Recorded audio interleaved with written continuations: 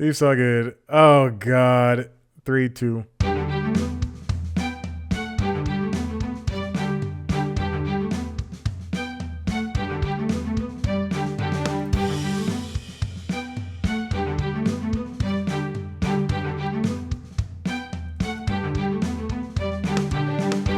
And welcome back to LinkedIn Logs, the jobs/business podcast for the website cpluscomedy.com.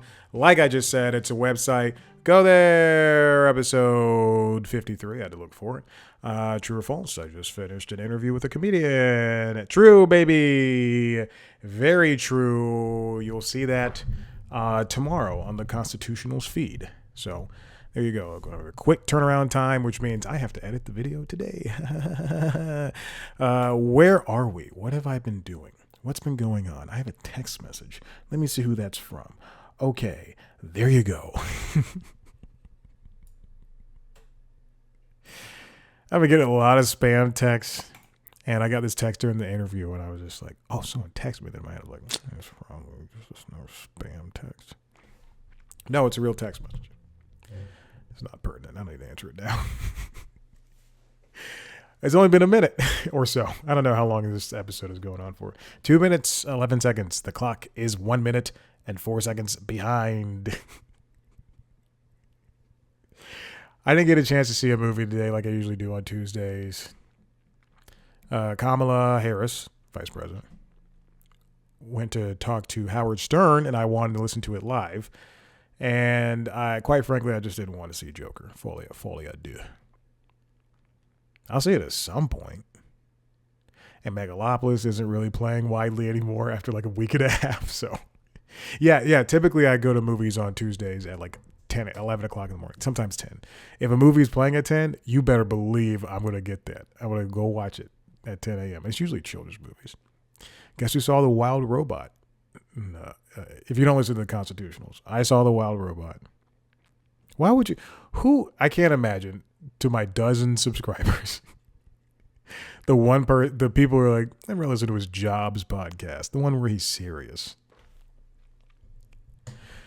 What's been going on? I don't know if I mentioned this. A couple of months ago, Voyage, they also do, it's a magazine, but they're like based in LA and Atlanta and I assume New York.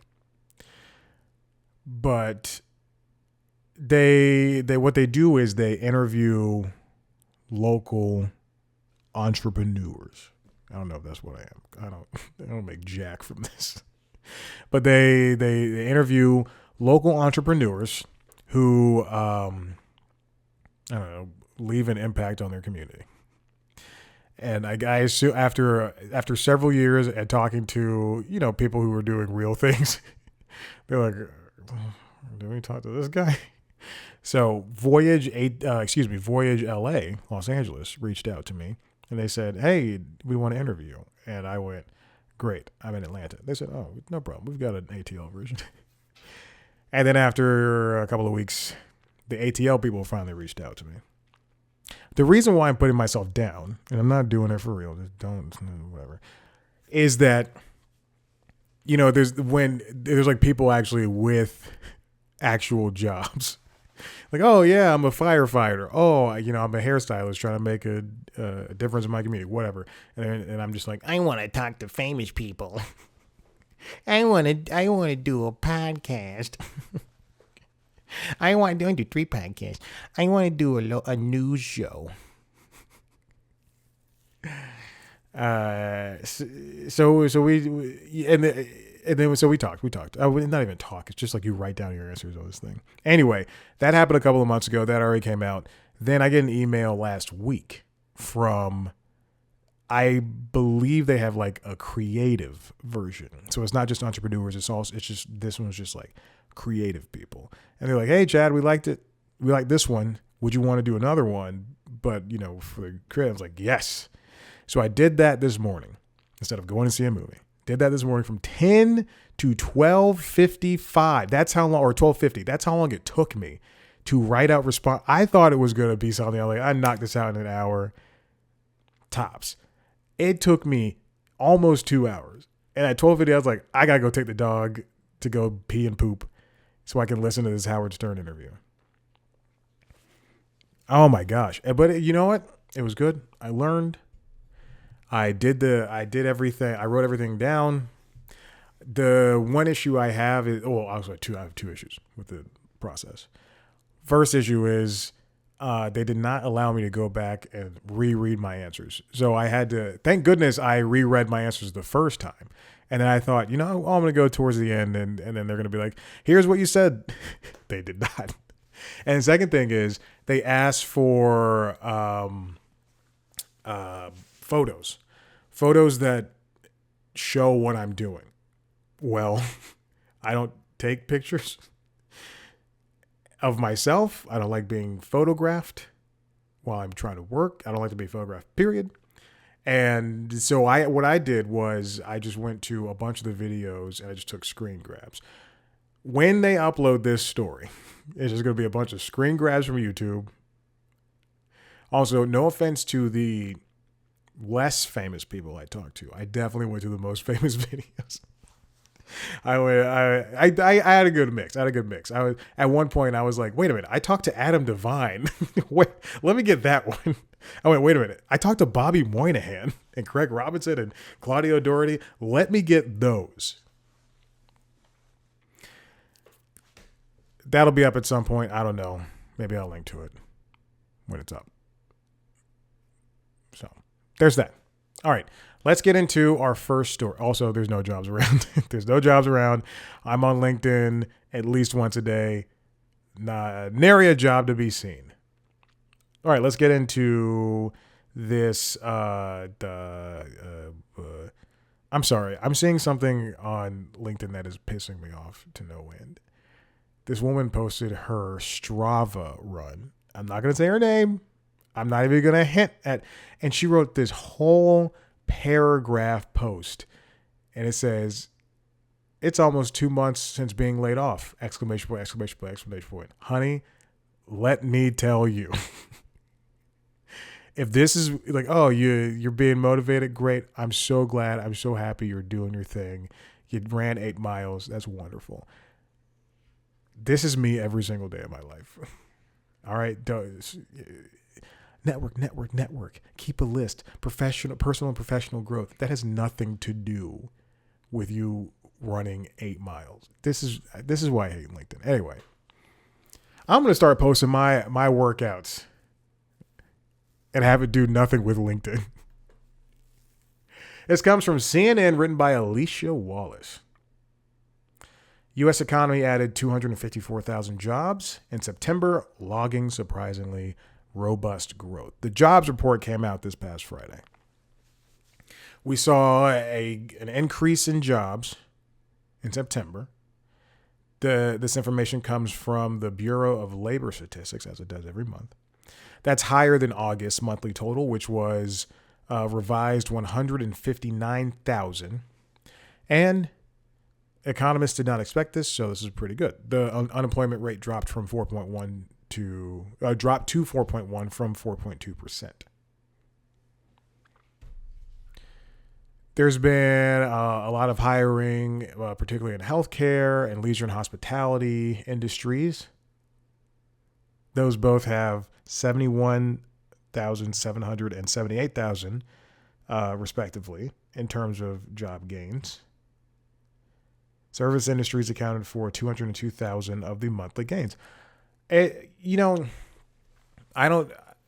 cool to see that, or eye-opening, I guess, to see that the eye-opening in leisure and hospitality are seeing gains. Excuse me, did I say eye-opening? Healthcare and leisure and hospitality are seeing gains in these jobs. I'm wondering if that's people shifting from one job to the next. I wonder if that's people.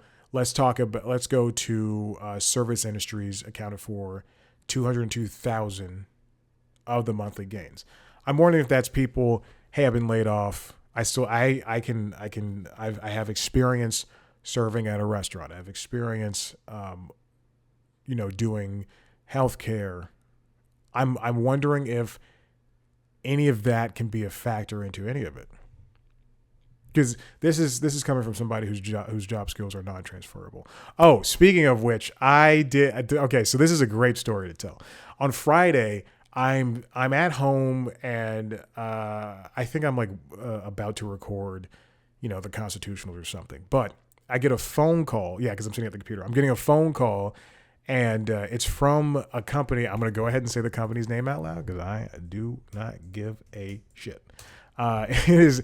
I don't remember the company, but I get this phone call, and they are like a sales company, I think. Yeah, why would they? This has been. I can't even see it in my email. Anyway, they're a sales company, and they're like, let's set up. You applied for this job. Let's set up an interview. And I went, who is this? I had to ask them twice. This poor woman. Hey, Chad, this is so and so with so and so, and we want to, we saw your resume, blah blah blah, and we want to do the interview. I was like, I don't know what this is. I apologize. I was like, I'm sorry. I've applied to so many jobs. Like, I genuinely have no clue what this is. She's like, oh no, it's probably go to Indeed, and it's probably under your applied tabs. So I went to Indeed, and I did not see like what it was. Like, and she kept saying that she said the name 3 times, and at one point I was just like, I guess I don't know what this is. I wonder if this is the one that I'm clicking on, because I did apply to this might be it. Maybe. No, I don't know if this is it. It's probably not. Anyway, so I go, you know what? Fine, I'll do the interview. When are next days you have it? And she says, oh, well, we have one at 150 and another at 220, which is a hard red flag.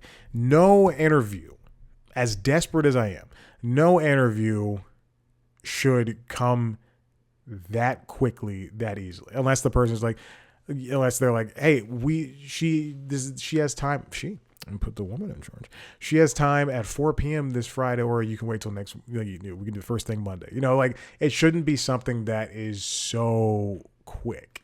And they go, I cannot find it. I'm scrolling through. I don't know what this is. But they. So it shouldn't be that quickly anyway. So I go, fine, let's just do the 220. I do the 220, and as I'm getting closer to the interview, I'm thinking, this is probably gonna be one of those group fake. Also, she didn't tell me what the job was for, and I was just like, okay. So it's probably gonna be like some shitty sales job or something, and it's gonna be a group interview. And lo and behold, we get there at 2:20, log on. There's one other person there, along with the interviewer person, and this guy is. I hate salespeople and I hate sales jobs. This guy is the epitome of what I hate about the sales world. And he's got this coked up, just like, all right, hey, you ready to do this? All right, listen. This guy, the Kevin Hart, first 3 specials. Okay, listen, here we go. All right, here we go. Listen, here we go. And just telling me about he was saying words, but I don't know if they exactly pertain to what the job was. He was talking about synergists. You have to be synergistic and open-minded and grazing the scale, just things like that. Just putting words together, going to the source and putting words together, and it made me so uncomfortable. And I, at that point, like, as soon as I got in there, I was like, I'm not doing this shit. This second thing is, he asked me about the tiger. He's like, did you paint that? And I went, no. Because I get that question all the time. No, I did not paint this tiger. Usually I entertain. I'm like, no, I just. Bleh. He asked me about the tiger. I was like, nah, did not paint the tiger. It's fine. And he's like, oh man, this is cool. Because I would say, like, you got something, you got some skills. I'm like, yeah, man, thank you. Anyway, we went through this interview, and he was just asking again the most generic questions, and this poor girl who was in college was just feeding into it.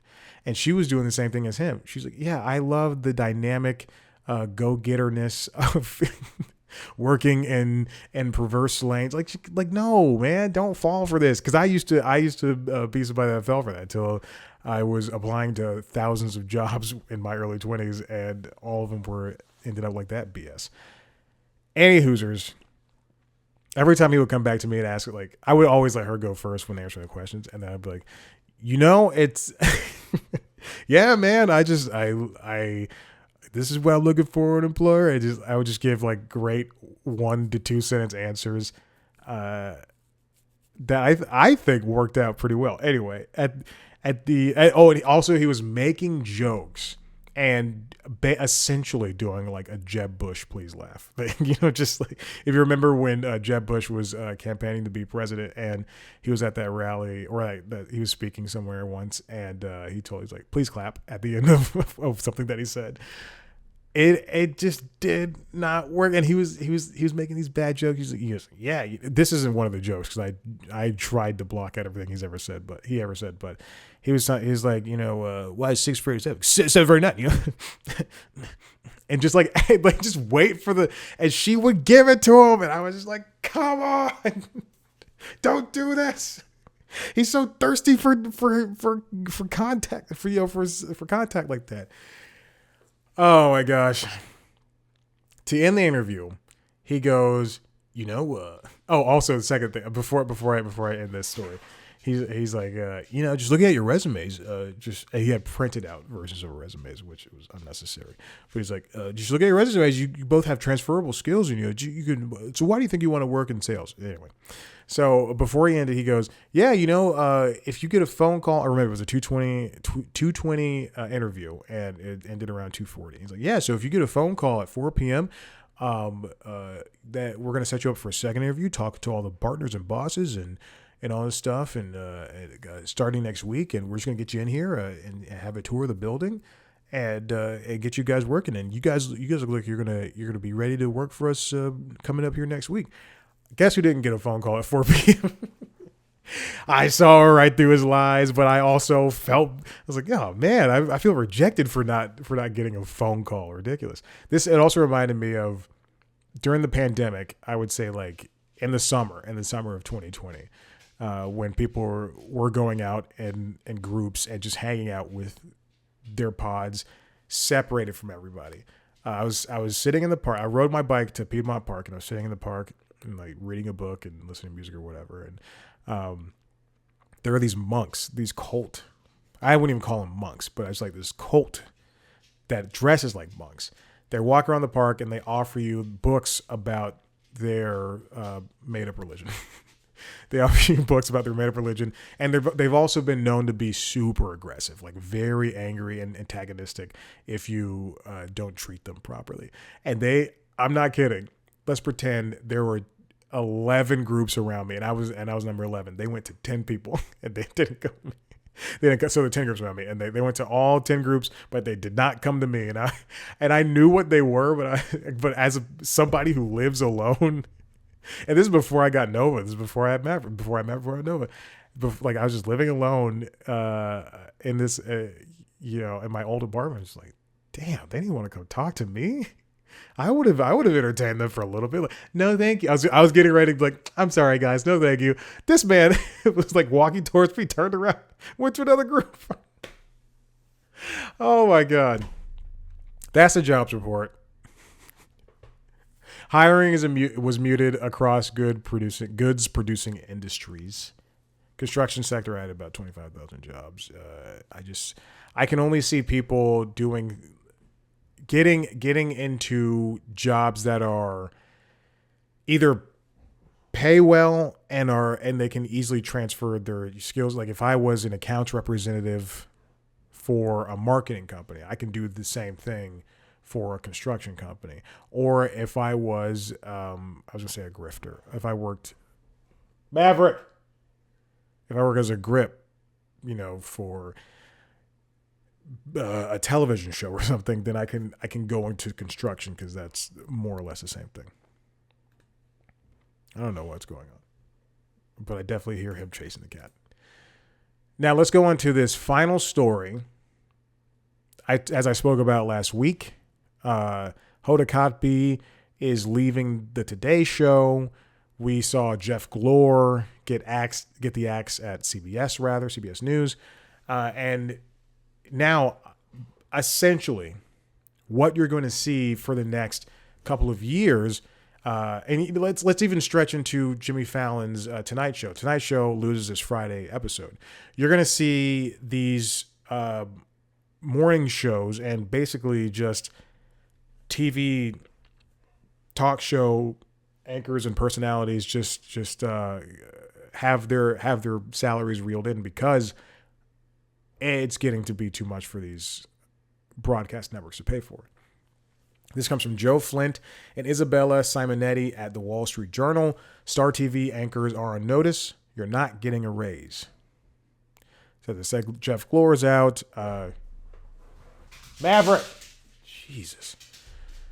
At Disney's ABC Good Morning America anchors George Stephanopoulos and Robin Roberts and Michael Strahan, who each have deals valued at $25 million annually, will face an uphill battle in coming negotiations to maintain that compensation, people familiar with the situation said.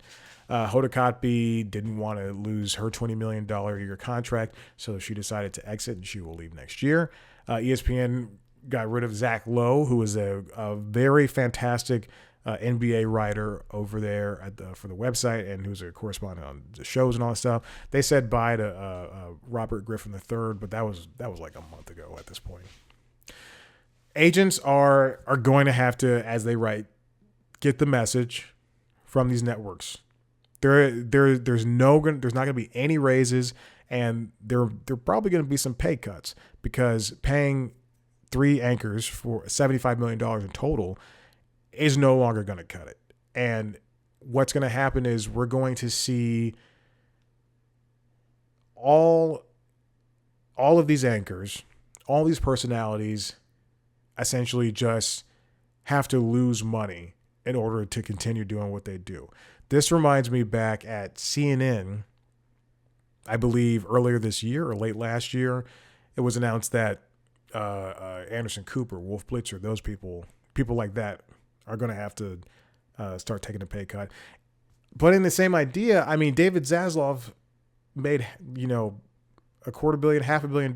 So what, like where's the line for these CEOs? And yeah, you can say, oh, Bob Iger is helping shepherd the company in this time, but, or you can say like they earned that, but did they? At some point, what does a man who has 4 houses know about making movies starring Superman? In this world, Superman's a real person. The reasons for the newfound vulnerability of the elite talent are manifold. Media companies are staring at diminishing returns from their legacy cable and broadcast TV operations, and their streaming businesses aren't generating the returns to make up the shortfall. At the same time, many companies are making costly bets on sports rights, seen as vital to have any hope in surviving in a cutthroat business. Disney and Comcast, NBC Universal, are each partners in a massive NBA deal that kicks in with the 2025-2026 season. The thing is, there's an emphasis on sports right now. And you see both Amazon, you see Amazon, Netflix, NBC Universal's Peacock, Warner Bros. Discovery's Max, and Disney's Hulu, all vying for and Paramount's Paramount Plus too. And Apple's getting soccer. So you're all and baseball. They're all vying to get some type of sports rights, airing rights, to be able to keep customers who value that stuff. If you love Premier League soccer, you're going to go to Paramount Plus. If you, for some reason, like American soccer, you're going to go to either the interleague stuff, you're going to go to Apple TV Plus. And also you get baseball. But it's things like that, that make these companies, that make Disney go and look at Amazon and look at Netflix, the only 2 companies that don't have broadcast rights. They just have deals with sports. It makes them look at that and go, what are we doing and they're succeeding. Well, in Netflix's case, I don't know about Prime, but what are we doing, paying for to make all of these shows like ABC World News Tonight, like Good Morning America? Let's go to Disney Channel, like Primos, like KIF. Even if I like all those shows, I don't really like Good Morning America. I have a big issue with that show. It's always on commercial. Every single time I go, you know what? Let me turn from CBS Mornings or the Today Show or CNN or Squawk Box or Good Morning Football, whatever I'm watching. Let me turn from one of those shows to Good Morning America. It's 7:01 in the morning. It should be on commercial. Like it's crazy. And also Robin Roberts and George Stephanopoulos and Michael Strahan are never there together. That's the only reason people watch. I'm not going to watch 2 out of 3 or 1 out of 3 or all 3 in different parts of the world. Anyway, this is my thing with Good Morning America. But you know, Disney's seeing this and they're thinking, why are we paying so much for these shows? Why continue making these when we can make sports, and that'll retain people watching ESPN. That'll retain people watching ABC. But I feel as though it's different. You know, each network, obviously they're all going for each company. They're all vying for the same viewers, but they're all going about it in different ways. And the skeleton is there. The bones are there. And they want to get to the end, but they're trying to build different bodies on top of those skeletons. I don't know if that came out the right way. The downward pressure on talent costs isn't limited to news or sports. Entertainment divisions are scrutinizing budgets as well, trimming episode counts and reducing cast salaries. This is, I mean, besides the Tonight Show, look at Law and Order, SVU. For the past several years, they've gone from a cast of like 8 people down to 5 if we're lucky. Who is it? Mariska, Ice, the guy from Queens. And then like sometimes they'll have like 2 or 3 other people. Some at NBC were angling to cut Seth Meyers' late night show, but it survived. But the band was let go, and further cost reductions are in store for over the course of his latest deal. A person familiar with this plan said, "Oh my gosh, I didn't even know about that. I mean, I knew the band was gone, but that show was already bare bones as it is. Look, you know, I wonder what the financials, and I talked about this on Late Night lately, but I wonder what the financials are for a show like After Midnight, which is by and large a show that does not compare online and probably does not compare in viewership to the Late Show and Tonight Show and all the other show and Jimmy Kimmel Live. But I do think that show is so exuberant and it feels so bubbly because it's not reliant on big name stars, and they know no one's watching, so they can pretty much just do joke after joke after joke. With Late Night with Seth Meyers, okay, the band is gone. They don't really need a band, but what else can be cut there? You know, they like Fallon and Colbert can go live. Fallon can go outside on the subway and busk in a homeless in a homeless costume cosplay with Chris Martin, and that can generate a lot of views. But for Seth Meyers' Late Night, what else are you gonna cut? They already have so little. At MSNBC, rather, talks are underway for a new deal with Rachel Maddow, whose current $30 million per year deal is up after the election. But Rachel Maddow is such... I want to... All right, let me finish that thought. Rachel Maddow is such a legend and such a big personality. I wonder if she will even entertain taking a pay cut, because she's, you know, in MSNBC, NBC Universal, MSNBC, for their argument, they're going to be like, you only do one show a week. You do one show a week, it's on Mondays, and you have a podcast. But for her, I wonder if this frees her up to go do other things, say, hey, I'll take a pay cut, but also you're going to let me produce other shows. You'll let me produce specials and things like that. I feel this is not in any way, shape, or form true, but I feel like that's what Anderson Cooper has in his contract at CNN. I can do 60 minutes. Here's the whole story, the TV show on CNN. And, I'm writing books and all this stuff. But with these pay cuts, I would be angling for a lot of things.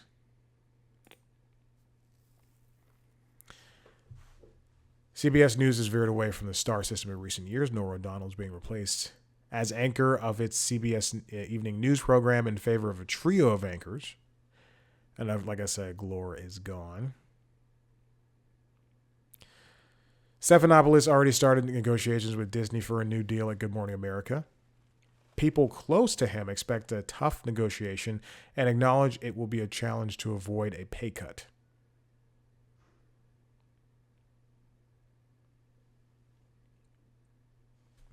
People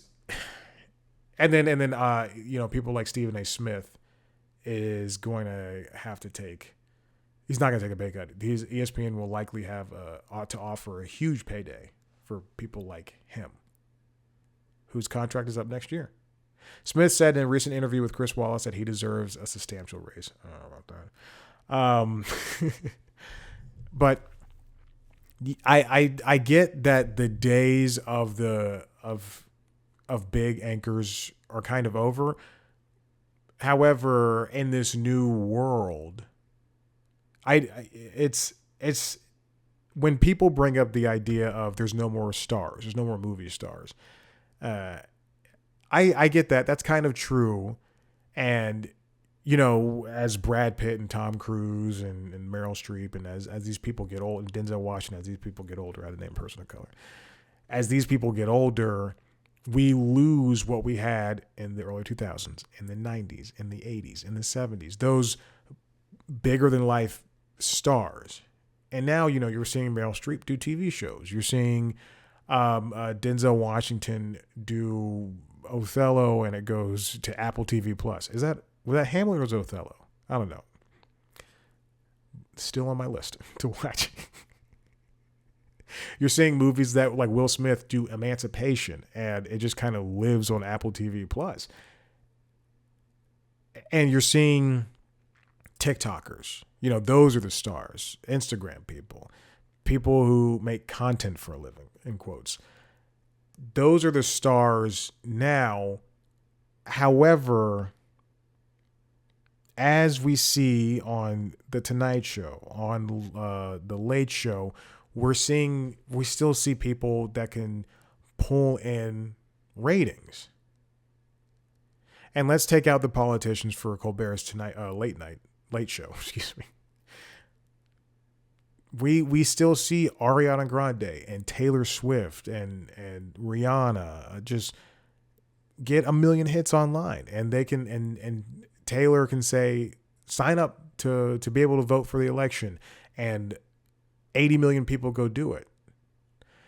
There's still room for these people and for this type of work, and especially if the work is good work, if it's good and accurate work, then yeah, George Stephanopoulos and Michael Strahan and everybody deserves the money.